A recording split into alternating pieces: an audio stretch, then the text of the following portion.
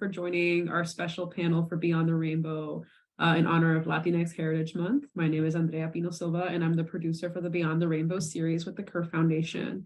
And it's my honor to welcome my fellow panelists to today's conversation. So a little bit before we get started, Beyond the Rainbow was a series that was inspired by the film Ahead of the Curve, starring the founder of Curve magazine, Franco Stevens, who went on a journey in understanding what the future of queer women's representation could look like. I was part of the film.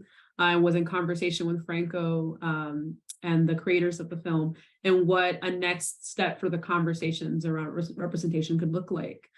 This is number 3 in the series for Beyond the Rainbow. And in the prior series, we've talked about what queer womanhood could look like, what gender and queerness look like today, or what representation looks like and what the limits representation are.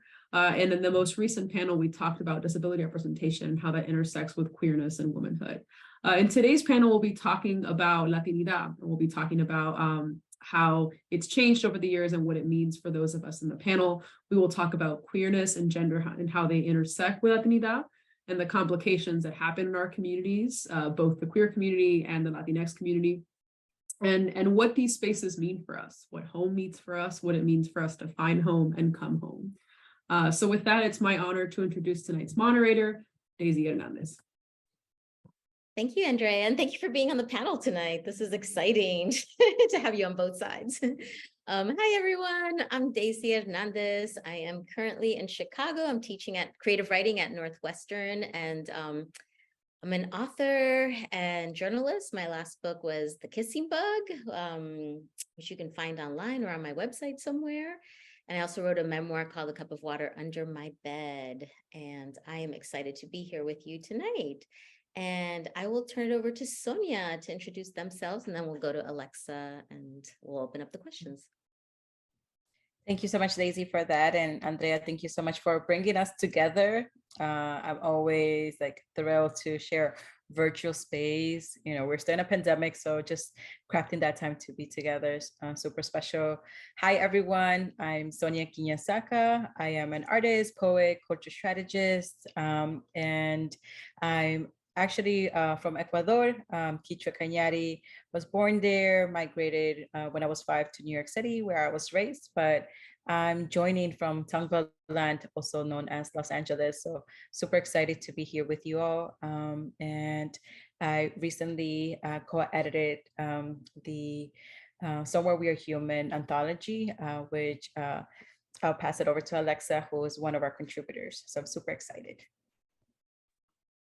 Hi, everyone. I'm so thankful to be here with all of you and sharing in this very special conversation and space.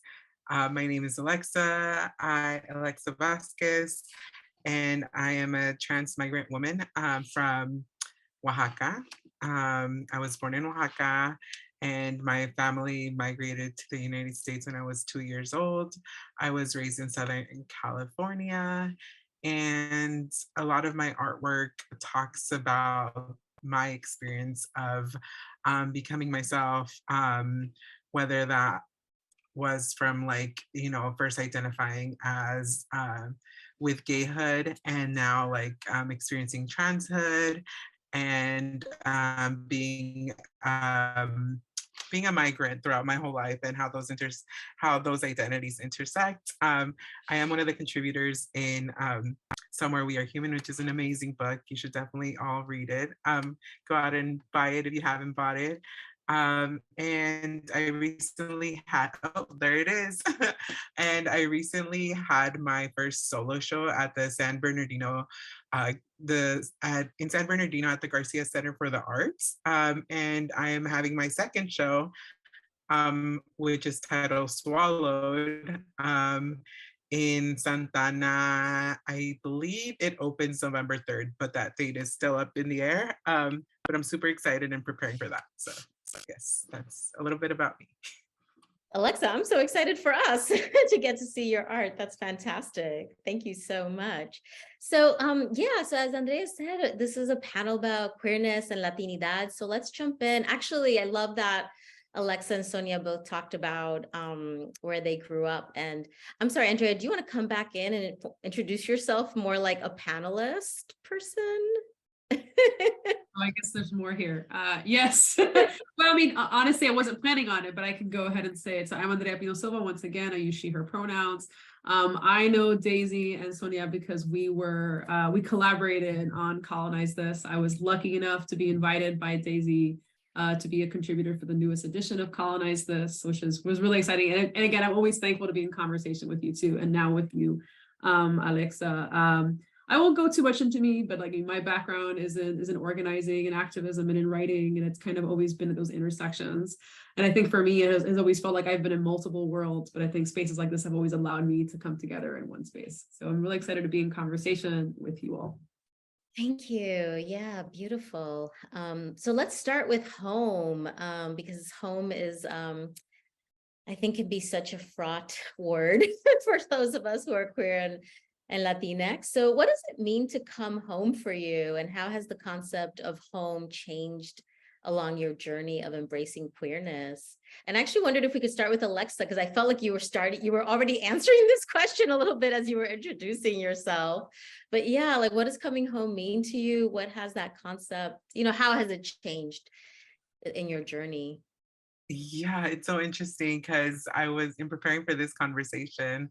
I went for a walk and I was thinking, I'm like, what is home? It's always like this because home is ever evolving for myself.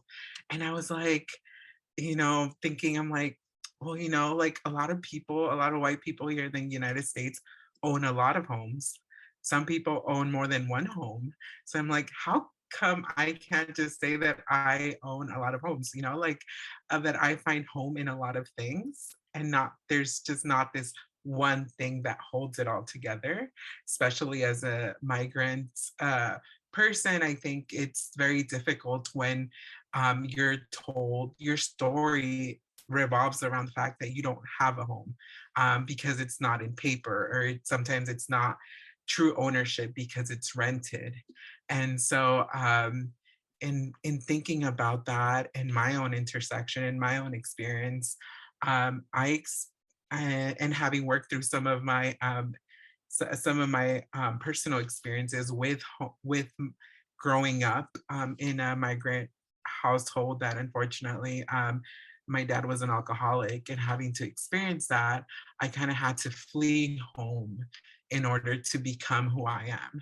So I think from having to analyze that perspective and being like, home was a place of grief and experiencing abuse, to actually finding home outside of that through chosen families, and forming bonds with other queer people who were having very similar experiences like myself in college, and finding those spaces. I think that created a lot of like also complex relationships with my own blood family, with them thinking that my attachment to those, my relationships to those, um, to those people outside of my own siblings, that they were more important. And unfortunately, sometimes for queer people, family isn't where, sometimes family isn't where you think it is. Family is out there, and those are people that truly are looking out for you and caring for you. So in a way, I found little homes in a lot of people outside of this place that people told me that was home. So I think that's my answer. It's very complex and long, but I mean, I could totally write a whole book from it. Beautiful. And I love what you just said there at the end, like you have found many little homes. That resonates so much with me as well. This concept of finding many little homes with different people. And for me, like different people, different parts of the country, internationally as well. Yeah. Sonia, how about you? This concept of what does home mean to you, and how has the idea changed in your journey as a queer person as well? Yeah, I think, thank you, Alexa, for bringing language um, into the space about like, home, like all these little homes, I think for me, when I was thinking about this question, I started thinking in different layers. So home as and like this earth that we live in. We just like came through, all the different climate changes that have been happening. So thinking about my own responsibility and like my placement in this like earth and universe and ecosystem. So I was thinking in home in that way. I was thinking about home in my body, with all like the reproductive justice like work that is happening right now, and um, anti-abortion like bills that are like rampant throughout just like our country, and so thinking about when I've been home has been and this like journey and like my own body and my own discovery of like my own genders um and and adulting and like being in my 30s and home in my body as an artist, as a recovering organizer who burned out, thinking about that. I was also thinking about home and not just like a physical location, home and finding it in chosen family and loved ones. Um, I think that I see home and the meals that we cook, and the FaceTimes that we exchange and the ways that we're just able to like share time. And I think the best home that I've been able to like find has been with like my best friends and my like platonic like partnerships and fellow creatives, who are mostly like queer, trans, non-binary folks of color, and so that's how I'm thinking about home. Yeah. Mm, Thank you so much, Sonia. I so resonate with that. That also, and I think that's part of like what's beautiful about many of our journeys is that like the reconceptualization of home. And I especially appreciate you underscoring like, how do I feel at home in my body? Because I feel like that is something that for so many of us is like taken at a really young age, this kind of relationship with the body, right? Yeah, thank you. Andrea, how about you? What is home meaning for you these days? I would say for me, it's definitely been a journey that, I'm really thankful to have gone on. And I say that just because I remember that my concept of home looked very differently when I was 15 and I had just finished my quinceañera and I was really tired of my machismo and I really wanted to leave Miami. And I would say that a lot of my young adolescence was leaving my family and leaving my community. And I think there was several things that factor there. I think it was the seduction of whiteness and power and wealth and education that I was fed in America, that's what it meant to succeed. It meant to become white. I didn't say that, but I thought it, I think in many ways. I thought that by going to a good university and not having a Miami accent and no one knowing where I was from, I could blend in. I could become a chameleon, which in many ways that was passing as white. And I think that when I got to university and I felt uncomfortable, I realized that this wasn't the home I thought it would be. I was so convinced that if I got out, I would find home, and then it didn't work. And then there was the whole complexity of being gay and then being like, well, then there's that whole thing as well. And then I thought that I would find community in white queer spaces. And I didn't feel comfortable there either. And I said, well, damn, like, I'm not quite sure where I'm going to find home. And then I thought it would be organizing spaces. And like you, Sonia, that burnout is real. I feel like I'm also recovering. So I couldn't find it in Miami. I couldn't find it in organizing spaces. And I couldn't find it in, white queer spaces, queer asterisk spaces. You know what I'm talking about. And I realized that home is not something that's manufactured. I mean, even those that buy a house, you can buy a house, it could be built for you. It doesn't mean that it's actually going to be a home, right? And that is something that I think growing up has taught me. And I will say that I have found home also in many places. I have found home in Miami where I didn't feel safe before. And I feel like if I were to talk to myself 10 years ago, I would never believe that I could bring home a woman that was my partner, my life partner, and she'd be welcome. I never would have believed that. And I certainly wouldn't believe that it would happen at my abuela's house, right? And that is something that I'm just so thankful this is where my life has taken me. I know that it's an immense privilege. I can't say that I feel that Miami is fully home, right? That I feel that queer spaces are fully home, but I have been able to, I guess, bring a suitcase with me and be able to create that home where I go. And I think that it's an incredible privilege to be on that journey. And I will say that it's having a life partner. I mean, that is something that for me, I never thought I would have. And I think also having a life partner who shares a language with me, who shares the culture and food with me, like that is something that I think is, I didn't think that that's what it meant to live life queerly and to be authentic, but it is. It doesn't mean going to pride parades. It doesn't mean going to like the latest queer bar that has opened. It's finding that space and community, and it is a blend, I think, of the family that I was born into and the family that I have found and that we have created with each other. Beautiful. I love that you mentioned the shared language and culture, because my partner is not Latinx, but they've got a few key Spanish phrases. And when they say mi amor or cariño, I'm like, it's just a physical response, yeah, to having that moment of sharedness. I also feel like I totally have to, I'm teaching right now, we're in the semester, so it's hard to take off my little professor hat. So I have to totally say this, hearing all of you makes me think of Sherry Moraga's book, Loving in the War Years, which I don't know what year that was published in. It was a long time ago, but I feel like, oh, I have to totally recommend it, because there's a beautiful moment that for me was so important when I first read it, when I was in my 20s, a long time ago, but she talks about like people hearing her poetry and so forth and coming up to her and being like, are you out to your family? Like, which family members know, and how do you negotiate, being queer in a Chicana family? And she identifies that part of what people are asking her is like, can I ever go home again? That's kind of like the central question for many of us who are queer and in the Latinx community. Can I ever go home again? And so it's just beautiful to hear you all talking about that. So I want to talk about indigeneity.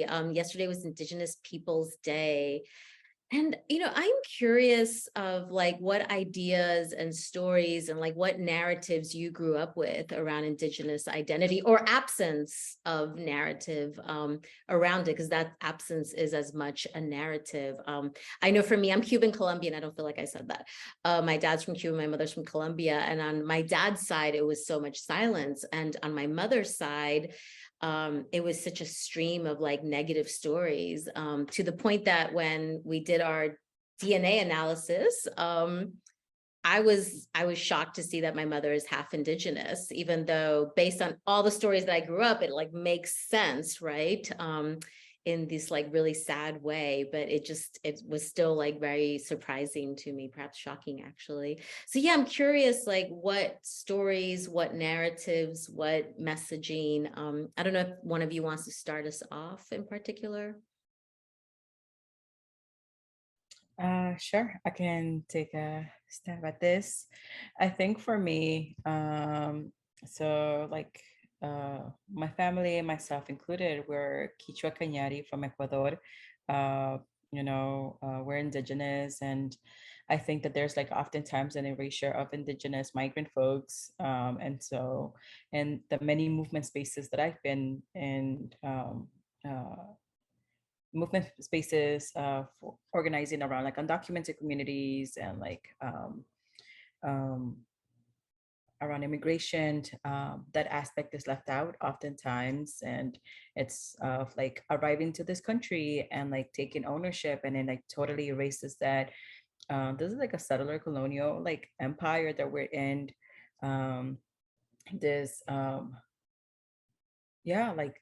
and that many of the folks who are migrating and many folks who are seeking asylum currently like are like South and Central American, like folks who are like who are indigenous, from indigenous communities. And so there's such an absence in like in migrant spaces, or even in the language or the resources that are available, and in a range of like dialects and languages outside of just like main Spanish. And so that was like more of like my own engagement of like in our movement spaces of the erasure of like indigenous migrant communities. And then in overall, like in the United States does a great job in erasing just the larger lineage and the larger like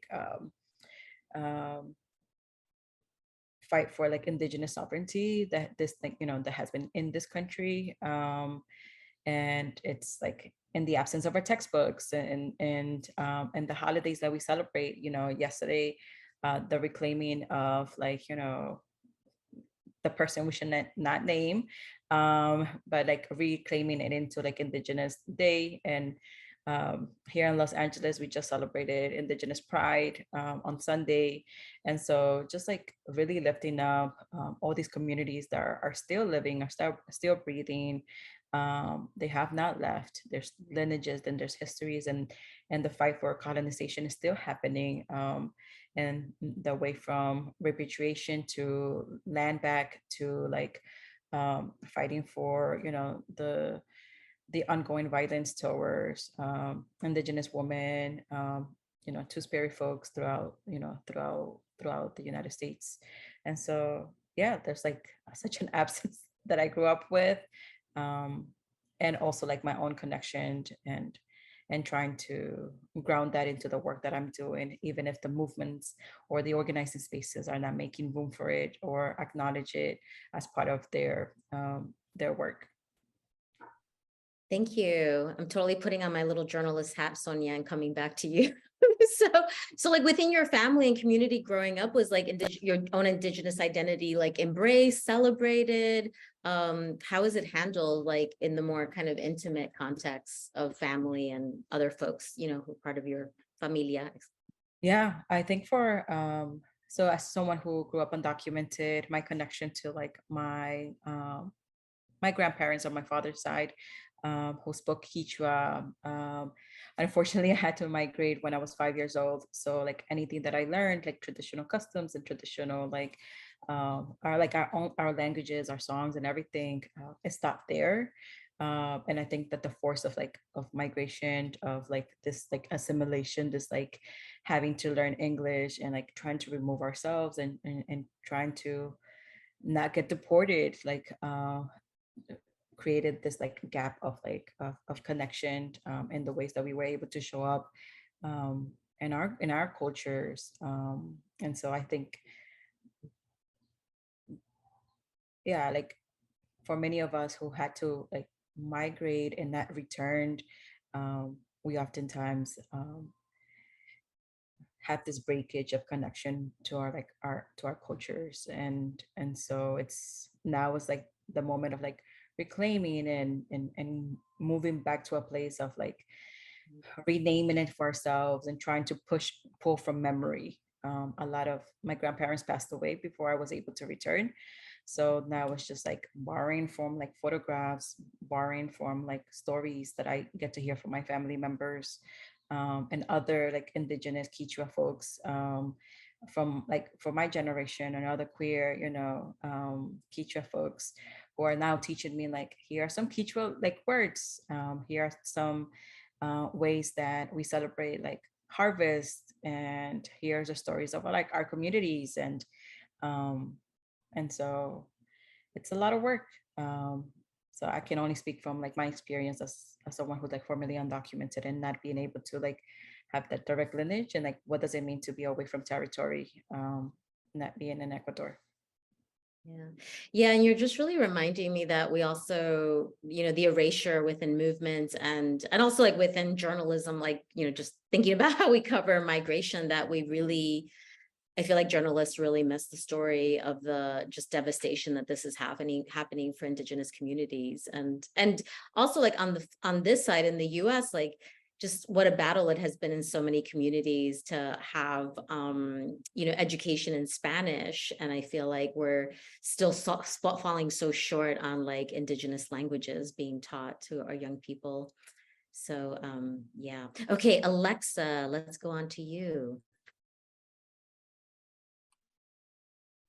Yeah, I think it's I think right now, especially with having this conversation and the recent events that have happened in LA, with its politicians, and me being from Oaxaca, and I have a lot of, pride in the fact that as a community, Oaxaqueños have somehow, we've migrated together.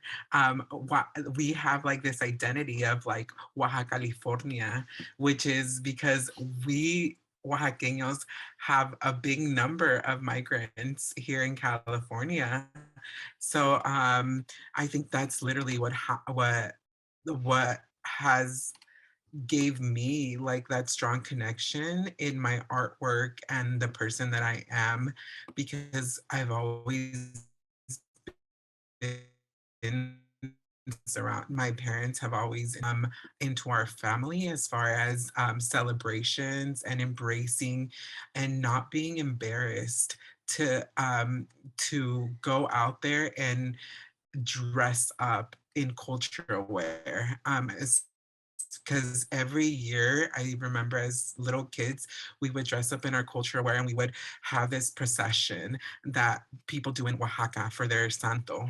And it's like, and it would be just like 4 or 5 of our families, literally just not even folks, just guide us through the middle of the street and cars honking and not knowing what is happening, right? And I think it was in high school when I first felt that first hit of like, oh, being from Oaxaca is not a good thing. I remember I was in high school and I shared a piece of my culture with my art class. And then suddenly I started I started getting bullied by this other student saying, oh, you're from Oaxaca, you know, that they're short and brown. And that's the thing, you know, like we are short and brown, beautiful people. But I think when you're in high school, you know, and being seduced by white culture, I guess, I think Andrea, I think you mentioned something about white seduction, and you know, like there, and your parents are not there, and you're not experience these beautiful festivities, and it's like it hurts you, you know, it kind of like crumbles what your parents have helped you build for yourself, and those roots that they've planted in you. And I think it wasn't until, you know, post high school that I began to, when I began to transition, um, I began to look and center myself into what womanhood looked like for me and where I held my own personal values. And I turned sister, and I'm like, I would be so lucky to look like them, to look to possess any ounce of their beauty. And especially with trans womanhood here in the United States, a lot of the times we're pressured to like have like these surgical interventions that kind of, you know, go with the aesthetic of what it is to be beautiful in a white kind of way here. But for me, it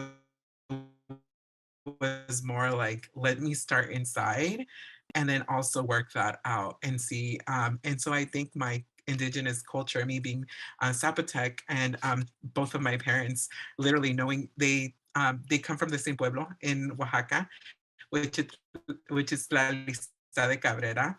So they met when they were 5 years old and they grew up together. So it's like, so they literally have this bond that even now when my father migrated back to Oaxaca and my mom is here in California, they may not have like a marriage, what a lot of people constitute as marriage, but they still have that bond because they grew up in the same customs and traditions, and they both speak dialect to each other. And, and so it's like this. I think I've always been surrounded by that, and I'm very thankful that my parents, if anything, they were really really good at centering us in being proud of where we come from and kind of keeping us humble. So that's where my experience with, you know, and through my artwork, I, you know, I that's what I do. I like to showcase the beauty of my own culture, my Zapotec culture, and also embrace queerness. So whether that comes in, right now I'm working on a piece which it has to do with this big toro, this puppet that you wear during a procession, and it's usually men that carry around toros. But I've seen a woman pick it up and grab it by its horns. And I thought that was like the most amazing thing that I could have seen. And it's, it's kind of a vision of, women stepping up and being like, I am not going to be tamed. I am not going to be, I, I am not going to be dominated like men dominate this animal. And it was just a beautiful image. And now I'm working on an art piece that has a lot to do with that. So yeah, I mean, I love that. it all Thank you. goes around. Yeah, thank you, Alexa. That's such a vivid image too. Thank you. That's so beautiful to hear. It also just really strikes me in what you're saying that, and I think it's so revealing that like what a high school bully would say is like what politicians are also saying. Like so revealing, so revealing. Yeah. Andrea, do you want to jump in on this question? Yeah, I'll be brief. I mean, I think kind of like Daisy, I think I definitely grew up in both the absence and just like, the complete racism that I think a lot of our communities are strife with. I think that with time, I also did all the DNA tests for all of my grandparents and myself. And I think it was really interesting to learn what I guess we all kind of always knew was there, but then there wasn't really a willingness to recognize it. And I want to be very careful with the DNA test conversation and in general with what does it mean to claim indigeneity, right? I don't think I can claim indigeneity. I'm not registered. My family doesn't have a direct connection that I know of. What I do know of is I think for a lot of us that are, come from very much mixed families in the Caribbean and South America, there is something there. And I would say for me, there's definitely a mourning of what I don't know. And it's not just what I don't know of my ancestry, what I don't even know about Cuba, because I haven't been there. And, my wealthy white friends have gone to Cuba. I haven't gone to Cuba. So I don't even know like my family's towns, much less my ancestry. But like I know that my great-great-grandfather was a Chinese immigrant. I don't know anything about what part of China or even how he got there. And I try to picture him in like a little mercadito, and learning Spanish. But I don't know any of those stories. And I think that is also, it is a product of colonialism, not knowing these stories, not knowing that ancestry and being erased, right? My abuela would talk about little foods that are definitely not words in Spanish that, must be words in a different language. I know that my family spent some time in Mexico and in Colombia. I don't know if like it was Spain or they were in Colombia and they went to Spain or what it was. I don't know, right? And I think unfortunately we don't know these narratives. I think it's both, it is a product of colonialism and also of war. And that is something I do mourn. And I will say that like I am thankful to be of a generation that is at least is critical of whiteness and how my family has played into it, but also wanting to reclaim some of those narratives that we don't know about and ask those questions, right? And that is something that I'm committed to, that I've tried to do the work. But I also want to bring up that I struggle with Latinidad as well, because we don't hear narratives like yours when we talk about Latinidad in a lot of mainstream spaces. And we don't talk about anti-Blackness, and we don't talk about Blackness and how it's part of Latinidad. It's very rarely part of the conversations. And that is something that I think I really struggle with, because I find kinship with all of you, even though we all have different backgrounds. And I do think that there's a power in Latinidad in bringing us together. But I think it's also important for us to talk about our differences, which I think is also the bigger conversation around queerness as well, is that we all have very different queer experiences. I do think that we are part of a larger community, but I think it's important for us to not fall into the trap of homogenizing our experiences. And that I think is especially important when we talk about indigeneity and how it is so erased, that there are indigenous people who are forced to migrate their own lands, that it's not just about coming to America for jobs, but it's once again the cycle of colonialism. And we just don't hear about that. We don't hear about that at all when it comes to like literally stories about Latinx people. It's so much more complicated than just one label. And that is something that I think I still struggle with.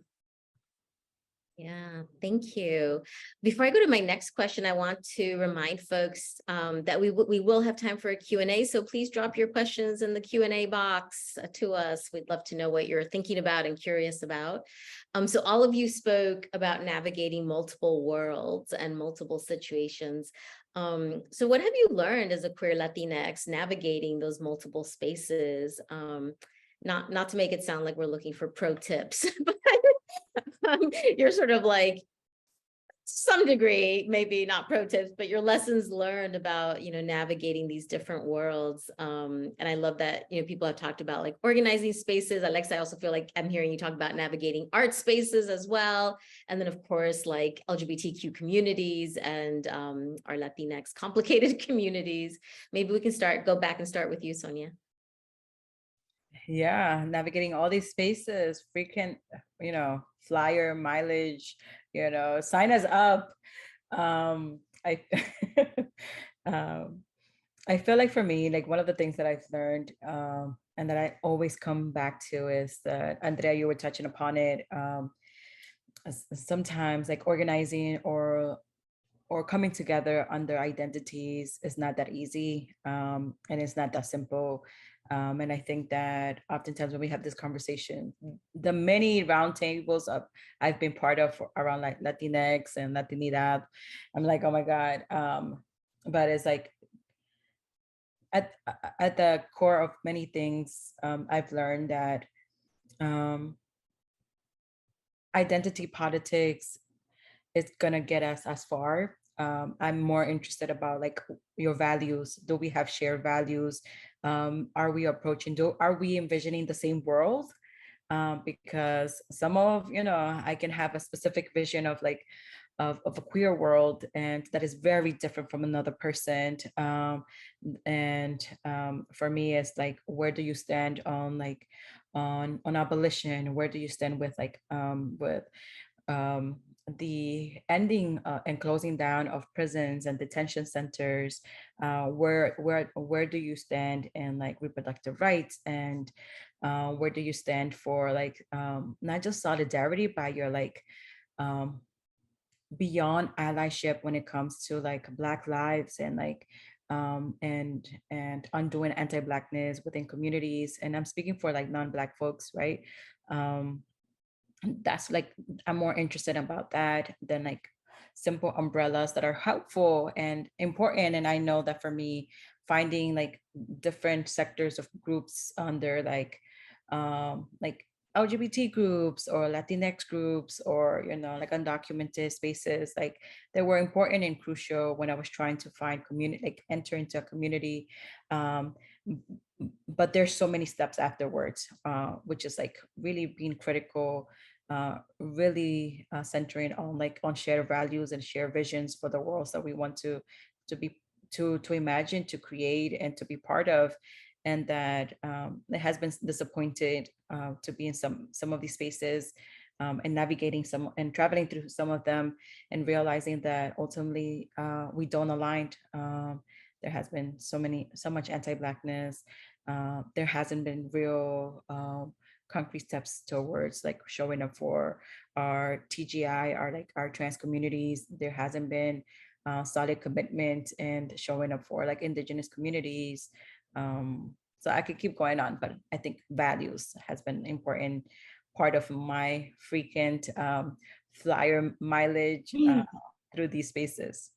Yeah, I really appreciate that point too, that like the shared identity is maybe where it begins, or it's an entry point, but it's not the whole picture. And actually shared values is really what builds relationships long term, for sure. Alexa, how about you?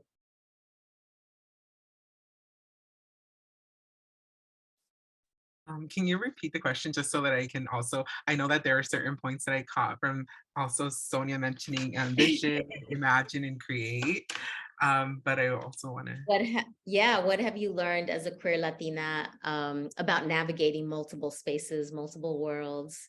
And hence you have a lot of miles, as Sonia was sharing.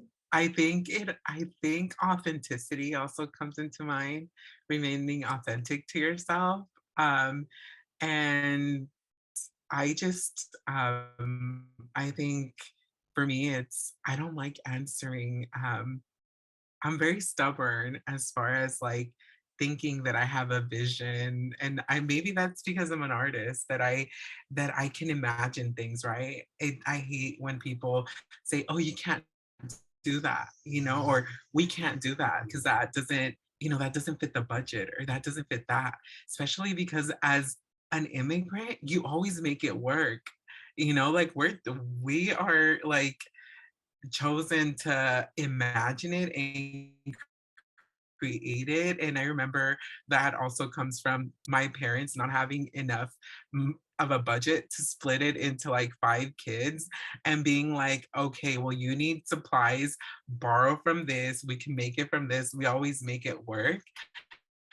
And so when I think for me, when it comes to navigating certain spaces, and I used to also work with, I've dabbled in like nonprofit work, and when I've always stepped back is because I don't want to negotiate those values of mine, um, because there's a board that doesn't look like me, that has a different vision, that is just concentrating on money.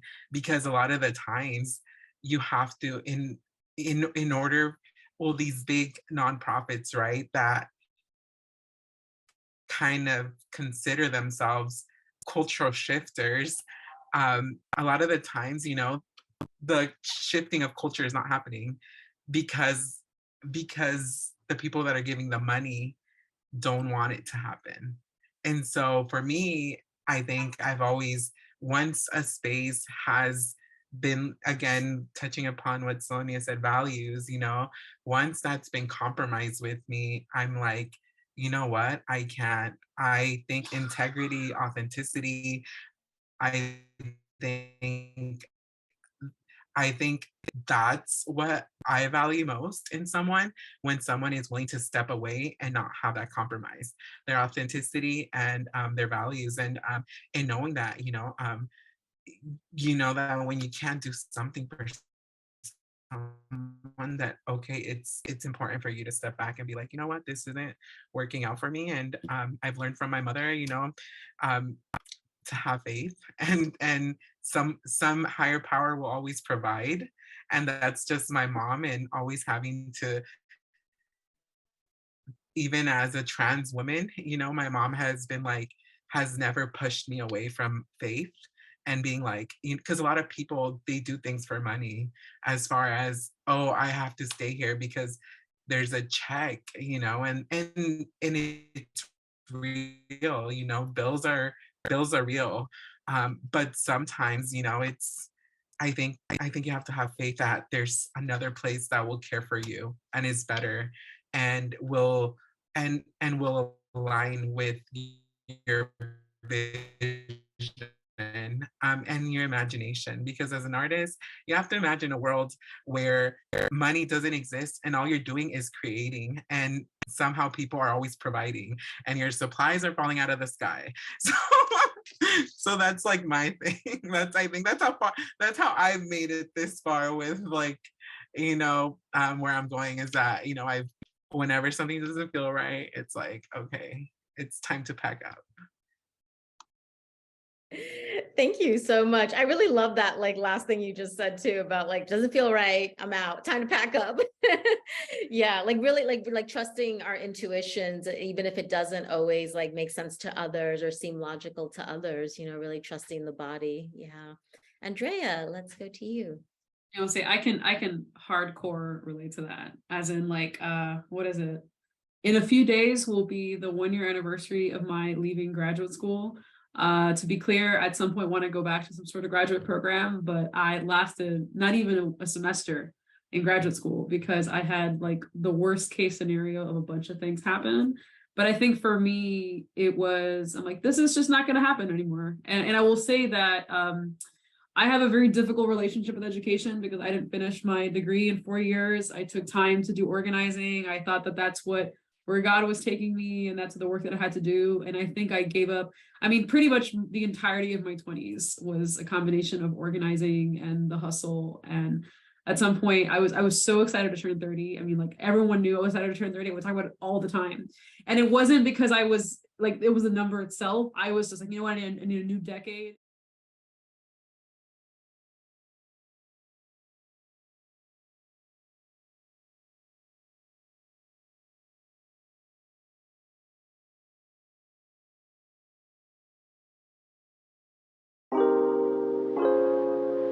admire folks that stay in the hustle, but the work is no matter what issue you're in. But I did work in sexual violence. It is so personal and deep and trauma ridden. And I think particularly when you have a personal experience and you are a person that is in different intersections, it is so hard, right? Because I was doing this work, and a lot of my work, a lot of my narrative was focused on one experience, and like my Latinidad and my queerness, that was completely erased for this bigger issue, right? Which again, it's this homogenizing thing that we do in a lot of organizing, is that you collectivize one experience and those intersections get totally lost, right? And I feel like I put aside so much of the other parts of myself for this like bigger mission. And I would say for me, the breaking point really was the Me Too movement. I'm like, you know what?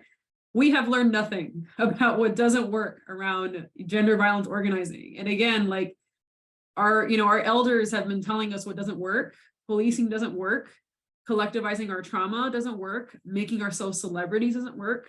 And we're doing it over and over again. And what's going to happen is we're going to crash and burn, right? And that is precisely what happened. And it was really difficult, I think. I think for me, I think for white women, Trump was the peak. For me, it was the Me Too movement. And I was like, you know what, I'm not doing this anymore, right? And it was really difficult because I felt that what was the point of it all? What was the point of putting my education aside? What was the point of putting life with my abuelos aside, right? The limited time that I had with them.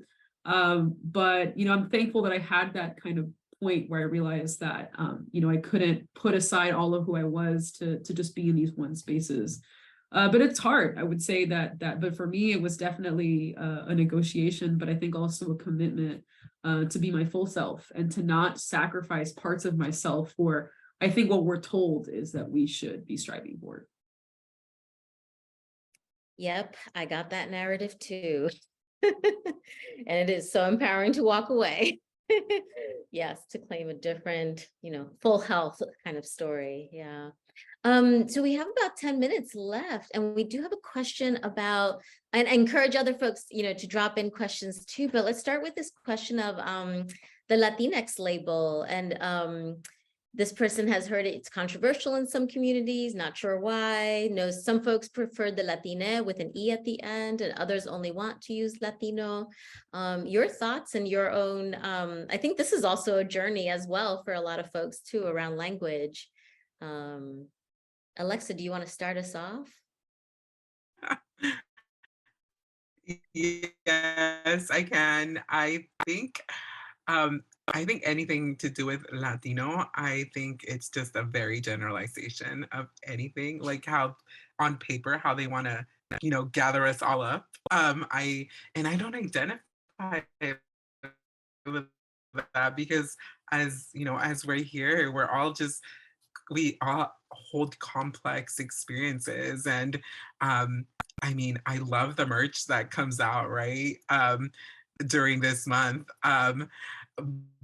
But in a way, sometimes I've also been in those production spaces, product development spaces, where I've been told by a white person that isn't gonna sell, because even though it comes from your brown body, people are not gonna buy it unless you have an English and a Spanish word put together. Like, you can't just say something in a full language that isn't English, because it's not marketable.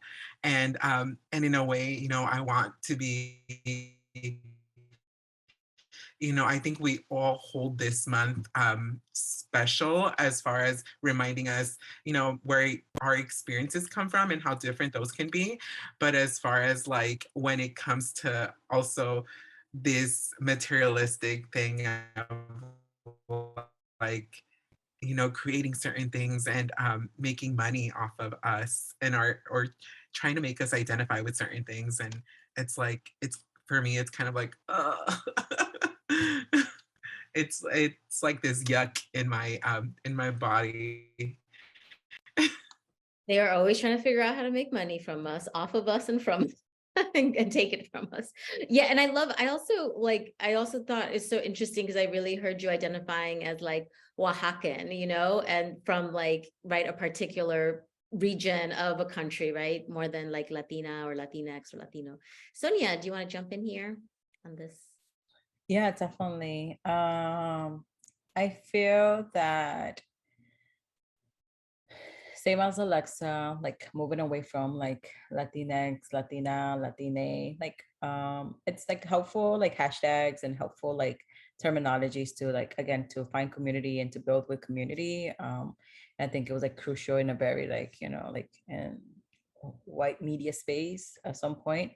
Um, and I also appreciate that the language can always evolve and change. And for the people who do resonate with like Latinx and Latina, Latine, like it should, you know, like language should be able to change.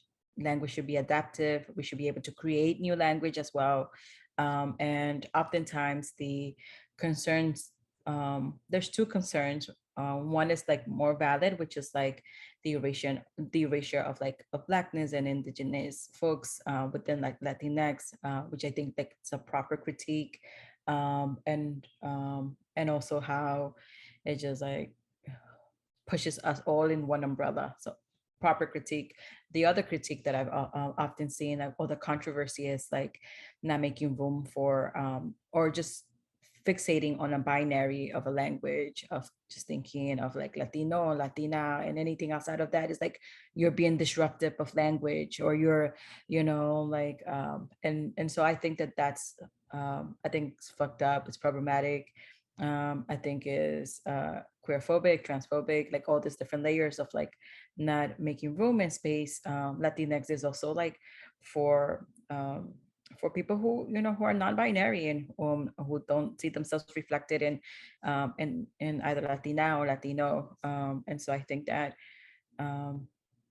yeah, like there's like valid critiques, but when it comes to the critique of like not disrupting the language, uh, or you know, like, or being too like, yeah, to being too disruptive, I feel like it's sad and disappointing, and we can do better. And I'm here for all the languages and all the concepts and all the terminologies that make people feel seen and whole. And maybe that's not the language I may use, but I think that we should be able to give room and space for people to find themselves and to find themselves in languages that works for them. And at the same time being critical of where these concepts and terminologies come from too, so that they can grow and like, you know, transform their also their values and political views.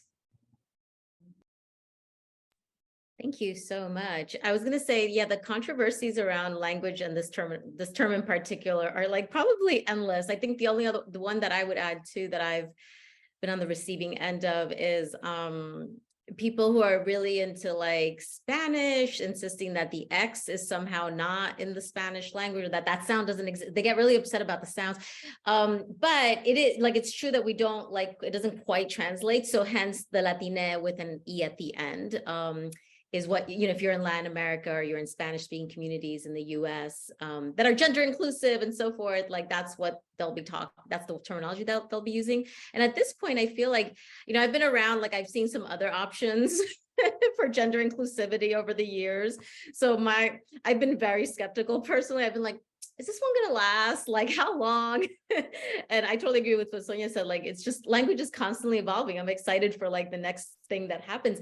I personally really like to identify as Cuban Colombian because I feel like it's more specific and it tells people a little bit more about my background. And as a journalist, that's what I was also trained to do, is that when I'm interviewing people, to ask them how they want to be identified in terms of, you know, whether they want to identify as Latina or a particular region or particular town, like, and it's more specific usually as well. Andrea, do you want to weigh in here on Latinx?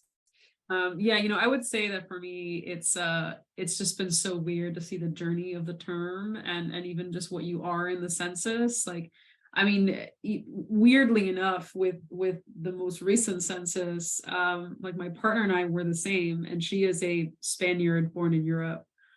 She and I were literally the same. Why? Because Spain is not an origin country, but neither is Cuba. So you have to just pick some random other nation. You cannot pick Spain. You cannot pick Cuba. I was like, I don't know what the other country is. I mean, I can't tell you, right? But again, there's something to be said about the fact that And again, she has a lot to say about this, which is why even the sharing of the language, we oftentimes talk about what it means to share a colonizer language. All to say is there's something to be said about a white European and a Cuban, being in the same category in the census. And what does it mean for us to revisit that? I do think we need to revisit Latinidad. I think that a lot of the hatred of Latinx and Latine is internalized homophobia and transphobia. We can just call it is what it is. We can learn a lot of weird words that apparently we have no issue learning, but we can't learn Latinx, Latine, and I'm not quite sure what it is beyond homophobia and transphobia. I mean, I think that's very clear. But I agree that I do think that again, I feel like I've said it over and over again. I mean, revisiting what it means for us to homogenize our identities, I do think is really important. And I think it's important not just for racial and ethnic categories, but I think also queerness. I think that at some point in the next 10 years, like I always say this, right? I think I will likely, because of the way that I look, be assimilated into whiteness. Because at some point, they're not going to ask me what my background is. They're just going to say race. And I always put white because I don't know what else I am at this point, right? I don't feel comfortable claiming anything else. And they're not going to care what my ethnicity is. I mean, I don't know what it's going to be in 10 years. And I think in terms of queerness, it will likely be similar because I am a cis person. I navigate the world looking like a cis person, even though I am queer. And I think I need to think about what it means to take up space and what it means to push back on assimilation, but also push back on this pipeline that America loves to take us on, is that you do certain things and then you become something, right? And I don't know if it's possible to resist it. I don't know if it's possible to resist assimilation. And there's certain things that I can do to resist it, live queerly, live the way that my family raised me to be. But I struggle with that. I really struggle with the trajectory that I kind of feel myself becoming in this country. But again, so I think it's both things. I think it's definitely that I personally don't feel like I can have the same, like be grouped up in the same place as even you two, right? Like every time somebody asks me to share the Latinx experience, I'm like, what Latinx experience? I can tell you the Cuban immigrant from Little Havana, and like specifically Little Havana, like near Flagler, okay? Not Hialeah, not like the rich people in Coral Gables. I can tell you Little Havana, okay? In like the 90s and 2000s. And that's my experience, right? And like, I was never undocumented. Like my family came here, like my parents came here on a work, my mom's parents came on a work visa to work at a factory. And then my dad's parents came as political asylees, right? Like even those two are very different experiences, but we were never undocumented. So like when it comes to population, like I cannot speak for the majority of what you consider to be Latinx people in this country. Right? That's not the majority experience, right? So I do think that's something, again, I really struggle with. I think especially with representation is that like my experience is not the everyday Latino experience, but that's the whole point, is that there is no everyday Latino experience, right? But I think if one thing I have learned, and this is again, the burnout from activism, is that my voice does not need to be heard. I do not need to speak about migrant children being detained. I am not that person. I do not need to be speaking about Amber Heard. I am not that survivor to talk to, right? And I do think that is something that I've had to learn, because I think that activism, I guess, taught me that to be a good activist, you had to speak up, but like, that's not my job, right? So I do think, again, like to come back to this bigger question is, I struggle with being under one label, but at the same time, I also struggle with the fact that I value that kinship, right? I value being in community with you all, right? So like, maybe it doesn't mean that we have to have the same label. I mean, it just means that we maybe have to revisit like what brings us in community. Oh, what a beautiful ending to our panel. I love that. What brings us to community? I'm assuming we have to end at 8 o'clock, right? This is our cutoff. I think we have it until 8:15 technically. Oh, okay, super. Yes. Oh, so maybe we're not ending the panel. We have one more question, and we have another question too that I wanted to talk about. But I just love like what brings us into community. That's just such a beautiful question. So we do have a question from Lucia that says, in the last Beyond the Rainbow conversation, which was incredible, ! Dr. Lutz Segu talked about the ungendering of Black people in the US as a result of slavery and how she understands her gender as Black. I wonder how you all see queerness and Latinidad in relation to each other, or if Blackness is fundamentally unrecognizable in white Western norms of gender. What is Latinidad to queerness, and what is queerness to Latinidad? Who wants to take that? Well, I can talk really quickly. I do think that there is, and I will say even my own experience, I thought that queerness was just completely not recognizable to my community. I thought it was impossible to be an openly queer person in my community, that like machismo would always rule. And I do think, again, machismo is a struggle. We cannot talk about machismo and say it doesn't exist. I do think it does exist. But at the same time, I do think that a lot of the homophobia and transphobia is in itself a product of colonialism and what whiteness taught us gender is, what they taught us that womanhood, manhood is. That's what I think was taught, right? And I think this goes beyond just queerness. I think it goes into, Alexa was saying earlier, like what it means to be a woman in our community, right?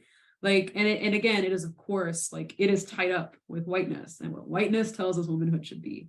And that is something that I think being away, I've recognized that, and I've recognized how like people in my own community struggle with that. Even people that like, I kind of always felt were queer, maybe never came out, or like at least were a little bit more androgynous and like definitely struggle that way.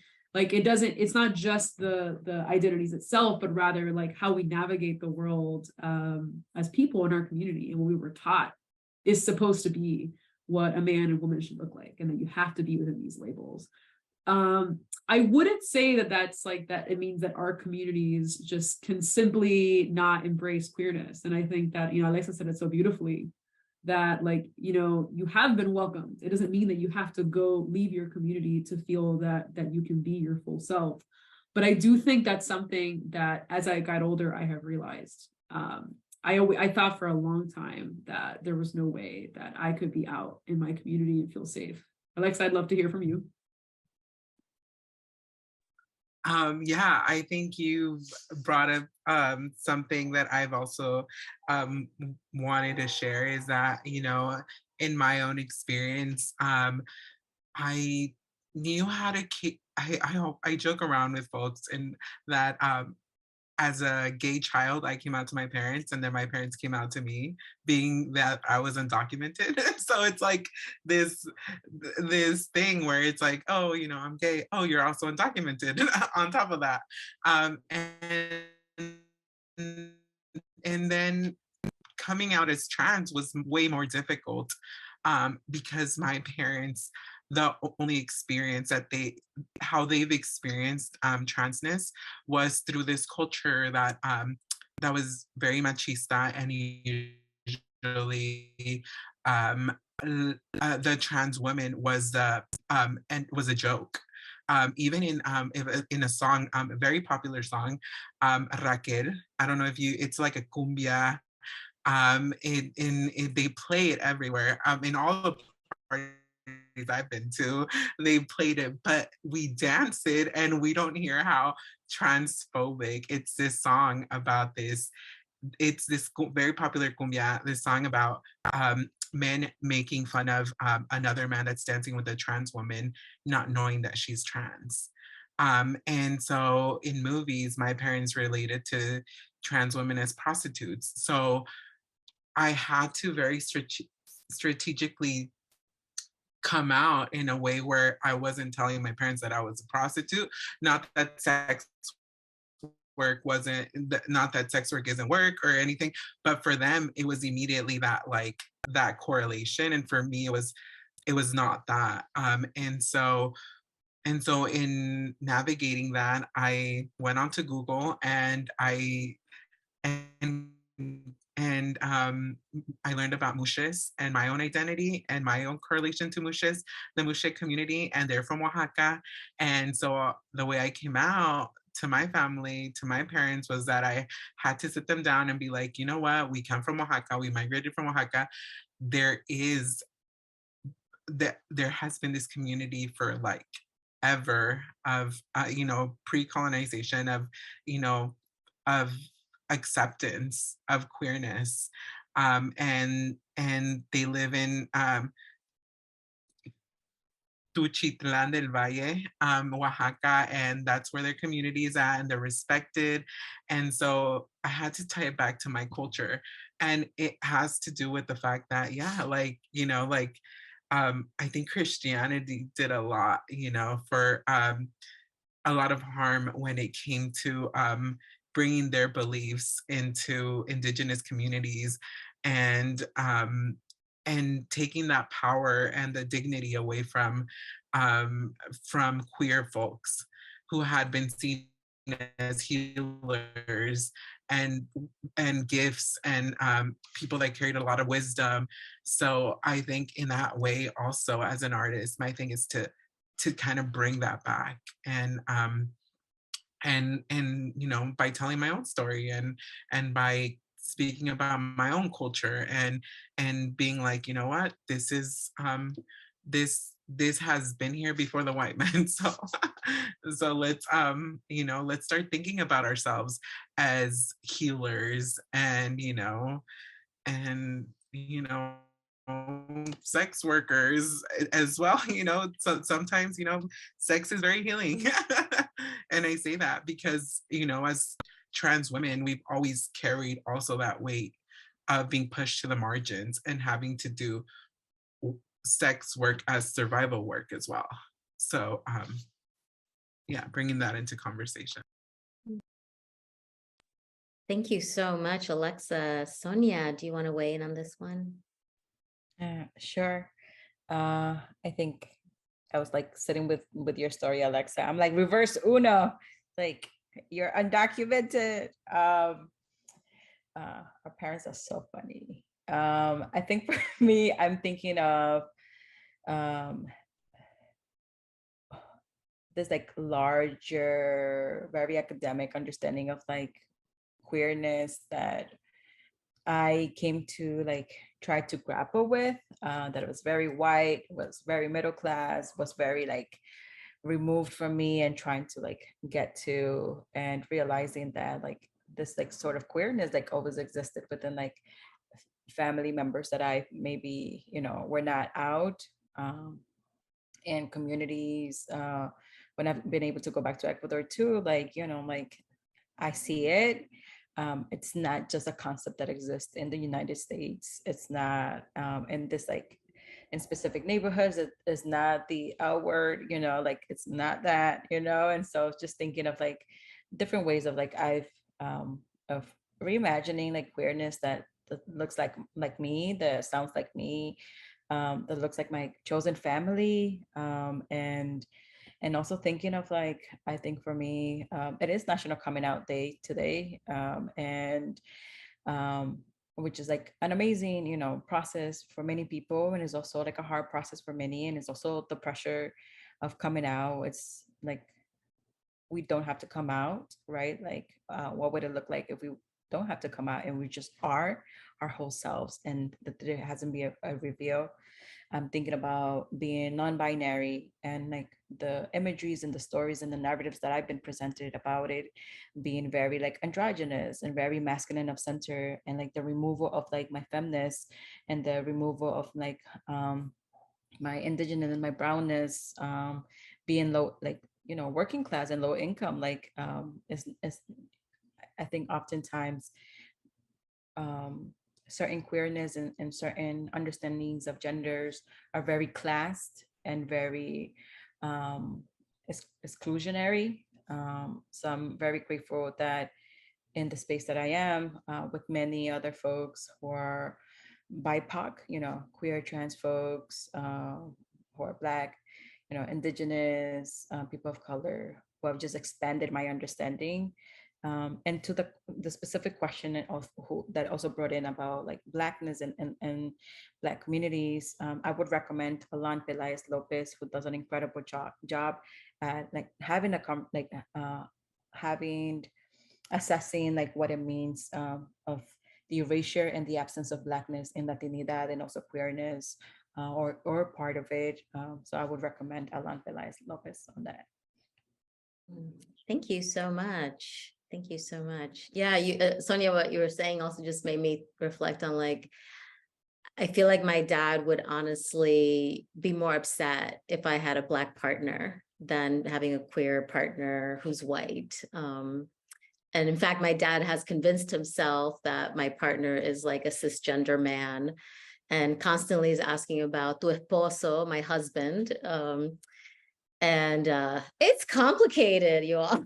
It is complicated. But I also, so I'm just going to poke in on a little bit of an answer on this one. Like, just, I really also feel like class is a huge part of it for me, because I remember when I was like in my coming out process to myself and to others, I had a I had a friend at the time, Latina. She was like, why did you come out to your parents? I mean, everybody kisses a girl. I was like, really? Everybody kisses a girl? Anyway, she was having a really fun social life.